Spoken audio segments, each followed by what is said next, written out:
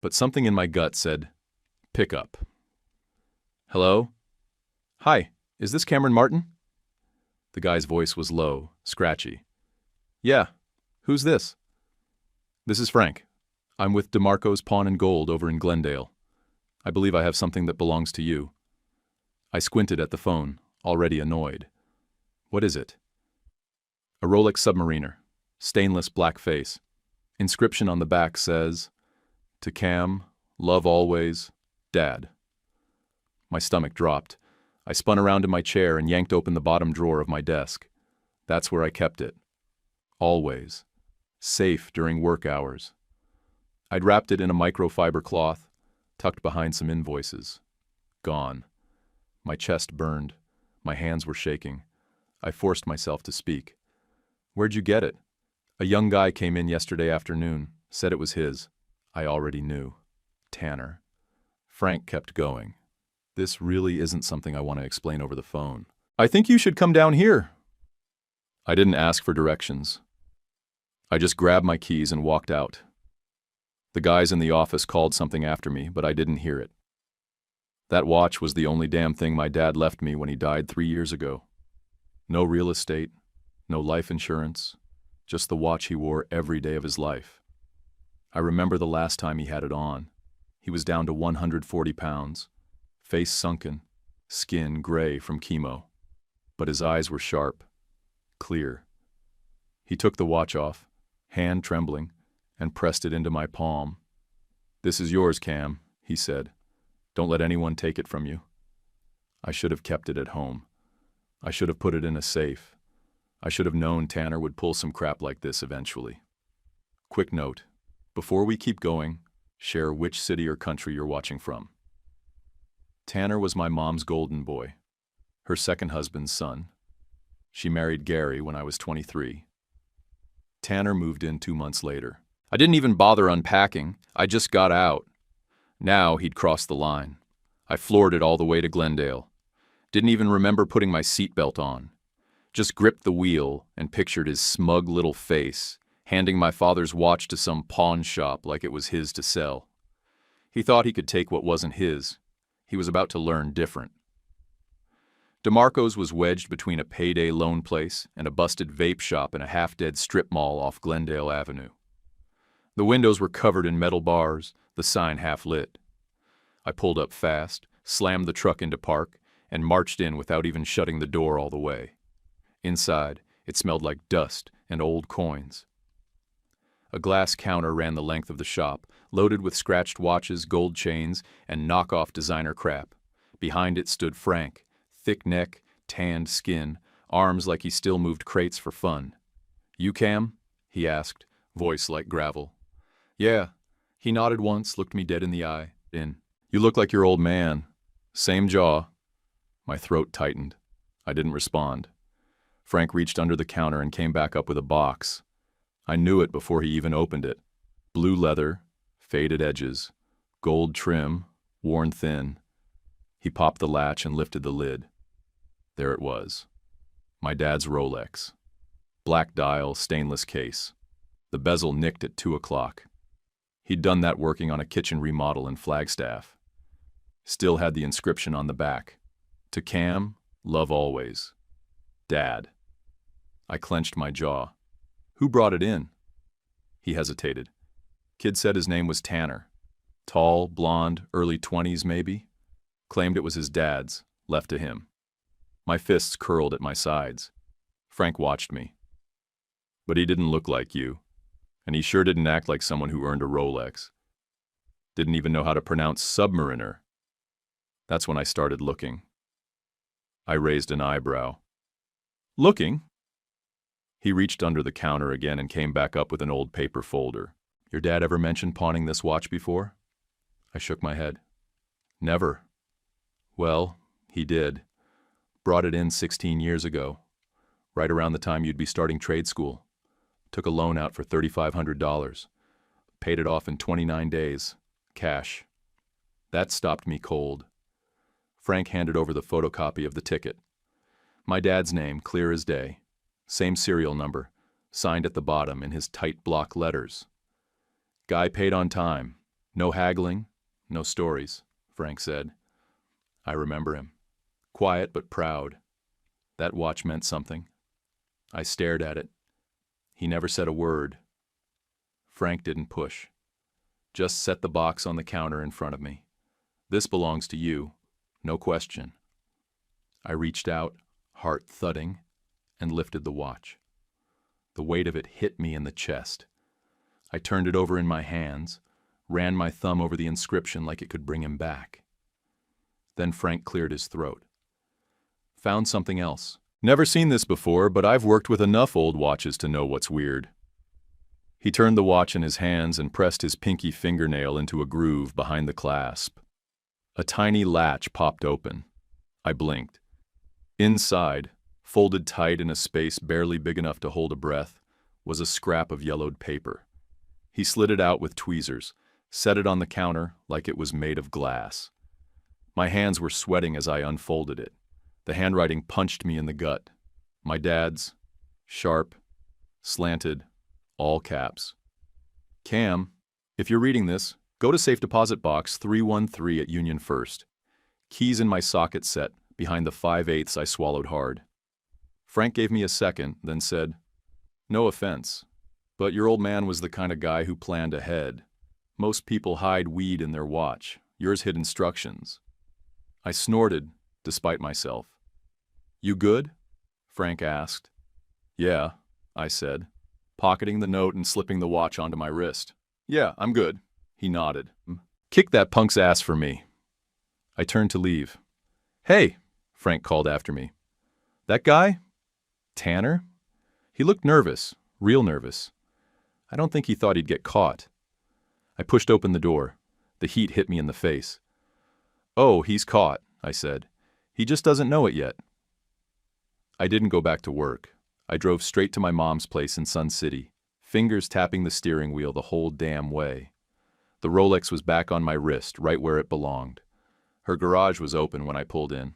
I could see Gary's ridiculous golf cart half blocking the walkway. I walked into the kitchen without knocking. They were sitting at the table, mid-morning coffee in hand, the table littered with bank statements, open envelopes, and a legal pad with Tanner's name scribbled across the top in red pen. Perfect. I stepped up and dropped the Rolex on the table with a solid thunk. Lose something? My mom's eyes locked on the watch like it had fangs. Gary leaned back in his chair like I just tossed a live grenade in his lap. Where'd you get that? He asked, too fast. It was reported stolen this morning, I said, voice low. Funny thing, pawn shop called me. Said a guy named Tanner sold it yesterday. Gary opened his mouth, then closed it. My mom looked like she'd been slapped. Cam, she started. It's not what you think. I leaned over the table, both hands flat on the wood. You pawned it. For Tanner. For his dumbass app idea. She flinched. He needed help, just a little seed money. That watch is the only thing Dad left me, I snapped. You knew that. You knew what it meant. Tanner's trying to build something, she shouted. He has vision. He's not stuck installing gutters and fixing drywall his whole life. I laughed. Bitter. Oh, so because I don't play pretend CEO, I don't count? Gary jumped in. You've always been small-time, Cam. Good guy, but no ambition. Tanner's different. Different. I grabbed the watch, held it up. He stole from me. You backed it. My mom stood. You have no idea what it's like watching one son stay stuck while the other reaches for more. You mean watching one work his ass off while the other drains everyone around him. She glared at me. You never aimed higher. You settled. Tanner dreams big. And you funded his fantasy with $9 grand. That wasn't yours, I said. I want it back. Every damn penny, Gary scoffed. We already invested it. You can't prove a thing. I pulled the folded police report from my back pocket and tossed it on top of their statements. Yeah, I can. Gary didn't touch it. Mom looked away. The shop kept the sale record, security footage, description, serial number, my name engraved on the back. It's all in there. Neither of them said a word. I'm giving you a chance, I said. You wire me the money, I won't press charges. Mom looked up, her eyes rimmed red. Cam, don't do this. You'll ruin everything. He's so close to launching. I shook my head. He already launched, right into felony theft. Gary pushed his chair back, arms crossed. Go ahead, call the cops. You think they'll care about a family squabble over a used watch? I stared him down. I already filed the report. The silence stretched. I slipped the Rolex back onto my wrist, turned, and walked toward the front door. Cam, my mom called, voice cracking. You'd really throw away your family over this? I paused in the doorway, hand on the knob. Number you did that for me. And I walked out. Didn't slam the door. Didn't yell. I didn't need to. They knew exactly what they did. I didn't go home. I drove straight to my dad's old place. The house was a rental now, but the shed in the backyard was still locked up tight. I still had the key. The grass was dead and patchy, just like it was when he lived there. Same broken stepping stones. Same crooked fence post I kept saying I'd fix. I unlocked the shed and stepped inside. The smell hit me first. Motor oil, sawdust, rust. And under a blue tarp in the corner, right where it had always been, was Dad's rolling toolbox. Red Craftsman, 3 drawers, heavy as hell. I flipped back the tarp and popped the top. His tools were right where he left them. Ratchet set on the left, sockets lined up tight. I ran my finger down the row until I hit the 5/8. Pulled it. There it was, taped up behind it, just like he wrote. A small brass key wrapped in wax paper, edges curled with age. Same key he used to clip to his belt loop. I used to mess with it all the time when I was a kid. Never once knew what it unlocked. I took it and closed the box. Didn't waste time. Drove straight downtown to Union First, an old brick building with green shutters, tucked behind a strip of law offices and a breakfast joint. Inside, the lobby looked like it hadn't changed since the 80s. Wood paneling, fake plants, old magazines stacked crooked on the table. A woman in her 60s sat behind the counter, silver hair pulled into a tight bun. She looked up as I approached. Can I help you? I'm looking to access safe deposit box 313. It was under my dad's name, Russ Martin. I have the key. I held it up. She squinted, then stood.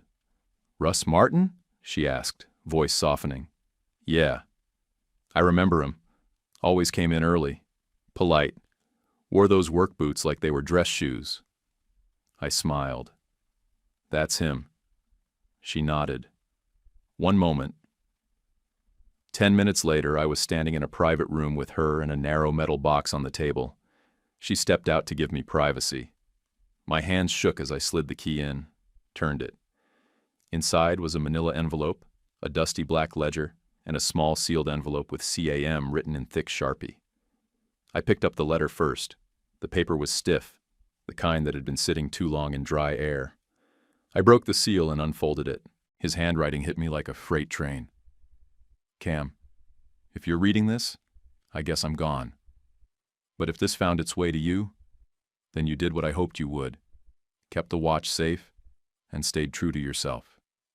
The envelope holds bearer bonds, over 100,000 in value.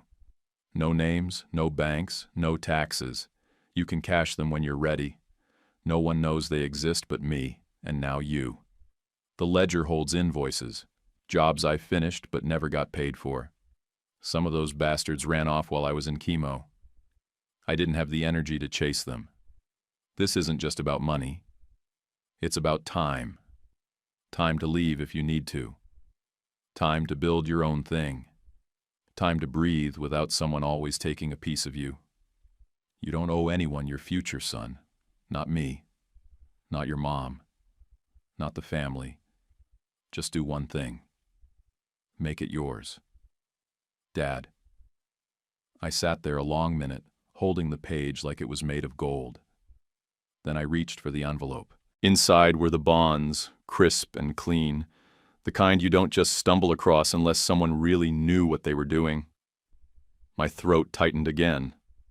I flipped open the ledger, every page filled in neat block letters, job names, dates, materials, final totals, some crossed out with PAID, some marked owed, and one name I hadn't seen in years, right at the top of the unpaid list.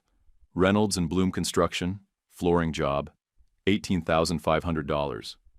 My jaw clenched. Dad hadn't just left me some money, he left me a paper trail, and I was about to follow it. I took the ledger home that night and laid it out on my kitchen table. I had to clear off a stack of receipts and an unopened box of drill bits just to make space. Every page was tight with notes. Materials, measurements, job site addresses, names. Some I recognized from when I'd helped him over summers. Some were total blanks. He wrote everything down like it mattered, because it did. I flipped page after page until one name slammed the brakes on everything: Reynolds and Bloom Construction. It was scrawled at the top of a full job breakdown, flooring install for a commercial remodel in Mesa, just 6 months before he was diagnosed. $18,500 due. Highlighted twice. Circled. Underlined. Then, written in all caps at the bottom, no pay, no callback. I grabbed my phone and searched the company. They were still running. Same logo, same name, same 2 partners listed on the website, Reynolds and Bloom. I clicked through their gallery of finished jobs and high-end remodels. Their latest post said they'd expanded into Scottsdale luxury properties. Figures. I took photos of every page connected to their job, the estimate, the final invoice, material receipts, even the scratch sheet where Dad calculated labor costs. His handwriting made my chest ache. The next morning, I got up early and drove across town to meet with a lawyer my buddy Mitch had recommended a while back. Carla Martin. Her office was nothing fancy, 2nd floor above a car insurance place. But the second I walked in, I knew she didn't waste time. She came out wearing jeans and a navy blazer, hair up, no-nonsense eyes that sized me up before I even said hello.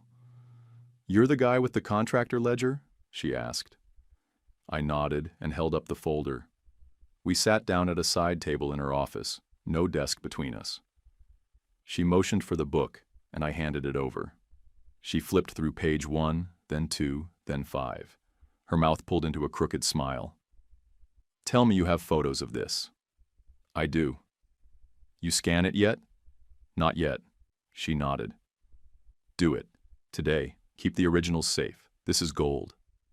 She turned back a page and pointed. "Look at this. Full invoice, signatures, job details, material breakdown. You'd be amazed how many guys just hand me a text and a receipt and expect to sue. This is airtight." She landed on the Reynolds and Bloom section. Her eyes narrowed. $1850 unpaid. Dated, signed, no cancellations, no dispute letters. They thought the debt died with your dad. I leaned in. But it didn't. She looked up. "Nope, not even close." "So what's next?" "We get the bonds liquid first. I've got a contact who can handle that quiet and fast. No probate, no waiting around." "And the invoices?" "Give me 60 days. I raised a brow. "That's all?" "They won't see me coming. Most of these companies bank on guys like your dad not fighting back. But you're the heir. Legal next of kin. If the estate wasn't formally closed, we've got standing. And if the work's documented, we've got leverage." She closed the book and slid it back to me. "They're still active, right?" "Just checked. Doing big jobs now, flashy remodels." She grinned. "Even better. That means they've got assets. And they won't want a lien showing up in a client search." I let out a slow breath. He really kept everything. "Your dad was smart," she said. "Most guys in his position didn't think they could afford to be." She stood and walked to a filing cabinet, pulled a folder out and handed it to me. "Sign the top page. I'll file the demand letters by Friday." I signed without a second thought. As I headed out, she called after me. "Cam?" "Yeah? You ever think about going after the others in that book?" I shrugged. "One at a time." "Good," she said. Because you've got a hell of a head start. I walked out into the sun, the folder under my arm, feeling like I'd just picked up the hammer my dad used to swing, and finally knew where to hit. I pulled into Mom's driveway around 7 the next morning. The sun hadn't burned off the haze yet. My truck bed was already half full. Tools, boxes of clothes, that old crock pot she gave me 5 birthdays ago. I wasn't planning on saying anything. Just grab the last of my stuff and go. Of course, she was waiting. She stood in the doorway with her arms crossed, that fake calm look she always used when she wanted to act like she wasn't furious. "You really doing this?" she asked. I didn't answer. Just walked past her and into the guest room I'd been sleeping in for the last 6 months. The closet was already half empty. I grabbed the last duffel, yanked the dresser drawer out, dumped the contents into a tote. When I came back out, she was still there.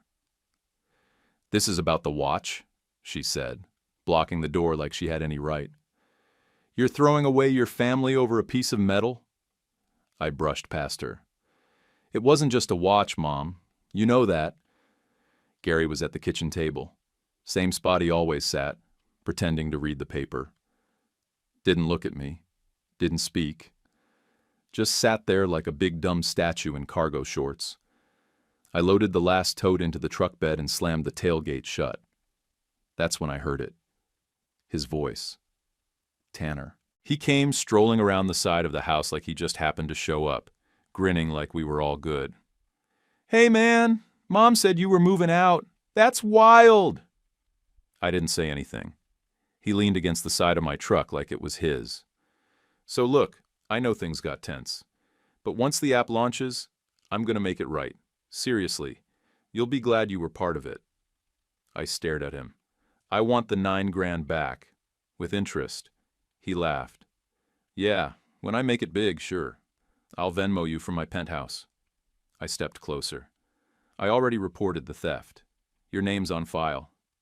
The grin slid off his face. "What?" "You pawned stolen property. The shop gave me everything. Footage, receipt, ID. It's all attached to the police report." His mouth opened, but nothing came out. Behind me, Mom rushed down the steps. "Cam, please don't do this. Don't ruin his life over a mistake." I turned on her. "He had no problem screwing up mine. You both watched him do it." "You helped." She looked like I'd slapped her. "We're your family." "No," I said. "You made your choice. Now I'm making mine." I walked around the truck, yanked open the driver's side door. Gary finally stood up. "You think your father would be proud of this? Walking away from your family?" I didn't even look back. Number. He'd be proud I finally stood the hell up. I climbed in, started the engine, and pulled out of the driveway without another word. They didn't follow, didn't wave, didn't apologize. Just stood there watching me leave, like they couldn't believe I'd finally stopped letting them walk all over me. And for the first time in a long time, I didn't feel guilty about it. I drove straight from their house to the bank. Carla had already lined everything up. 2 signatures, 3 forms, and a short meeting with some guy in a tucked-in golf shirt. And just like that, Dad's bonds cashed out. $119,000, clean, untaxed, all mine. All. I sat in my truck afterward, door open, sun beating down on my arm, just staring at the number on the receipt. He'd planned all of this, tucked it away for me, like he knew I'd need a way out someday. Carla moved just as fast on the unpaid contracts. 7 weeks. That's all it took. She sent out formal demands to every name in the ledger that still had a working address. Most ignored her. At first. Then she hit Reynolds and Bloom with a public lien threat. Told them she'd report them to the state licensing board and labor authorities for dodging a signed invoice from a dying contractor. She copied it to their biggest commercial client and attached the ledger pages as exhibits. They folded in 4 days, paid the full $18,500. No apology, just a wire transfer and a confirm receipt email.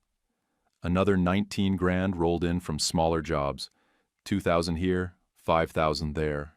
I hadn't even known half those names, but Dad kept it all, Every nail, every hour, every scam. Total payout, $37,000. She told me we still had 5 more cases pending. I told her to go for it. Every dime counted now. While all that moved, I heard through a friend that Tanner's app had quietly tanked.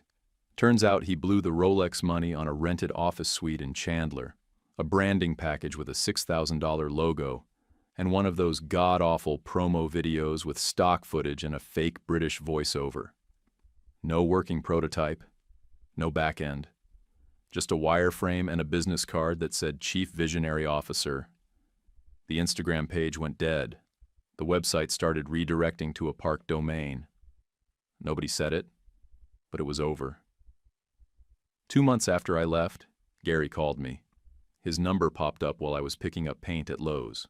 I let it ring twice, then answered. "Cam," he said, like we just talked yesterday. "Listen, I was wondering if you could help us out with a quick bridge loan, just short-term to—" I hung up, didn't even respond. A week later, I got an email from Mom. The subject line was, "We need to talk." I opened it.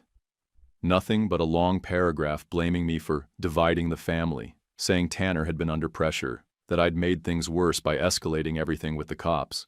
She ended it with, "You could have handled this quietly like family." I didn't type a word, just attached a copy of the police report with Tanner's name highlighted and hit send. Been silent ever since. No calls, no follow-ups, nothing. And that's fine by me. Let them chew on what they did. Let them sit in the mess they made. I was done paying for other people's dreams. The first thing I bought was a house, not a big one. Single-story ranch, 2 bedrooms, decent bones, big garage, just 4 blocks from where Dad used to live. The guy who sold it to me said it needed vision. I said it just needed someone who knew how to use a level. I moved in on a Tuesday, brought Dad's rolling toolbox with me, parked it in the garage like it had always belonged there. Still had his socket set laid out, every one in the right slot. The 5/8 still had the faint outline of tape on it. I left it there, didn't even wipe it clean. The Rolex stayed on my nightstand. Most nights I didn't wear it, just kept it close. Sometimes I'd open that hidden panel again, unfold the note, reread the words just to be sure I didn't make it all up. "You don't owe anyone your future." He meant it. I didn't go crazy with the money. No new car, no vacations. I fixed the roof, replaced the wiring, updated the kitchen, all stuff I did myself. I even donated a chunk to the local trade school where I'd learned the ropes. Told them it was from a guy who believed in second chances. Then I printed up some flyers, grabbed a burner phone, and started taking handyman jobs around the neighborhood. Toilets, drywall, ceiling fans, door repairs, small stuff. The kind of work Dad used to do between big gigs. Honest labor, fair prices. People started calling, then texting, then referring me to friends. Steady work, nothing flashy, but mine. Every once in a while, someone would spot the Rolex under my sleeve when I was reaching up to fix something and say, "Nice watch." I'd just smile. Old family thing. I didn't owe anyone explanations anymore. Dad didn't just leave me a watch. He left me time. Time to get out. Time to reset. Time to figure out what mattered and what didn't. And now, I know exactly what to do with it. I won't waste it on people who think they're owed my life. The house is quiet most days, but it doesn't feel empty. Some mornings I'll be in the garage, tightening bolts or sanding a door, and I'll swear I can hear his boots scuffing across the concrete behind me. Like he's checking the work. I wear the watch most days now, not for style, not to flex, but because I finally understand what it meant when he gave it to me. I've got time, and it's mine again. YouTube picked this for you. Tap it. Let's see if they guessed right.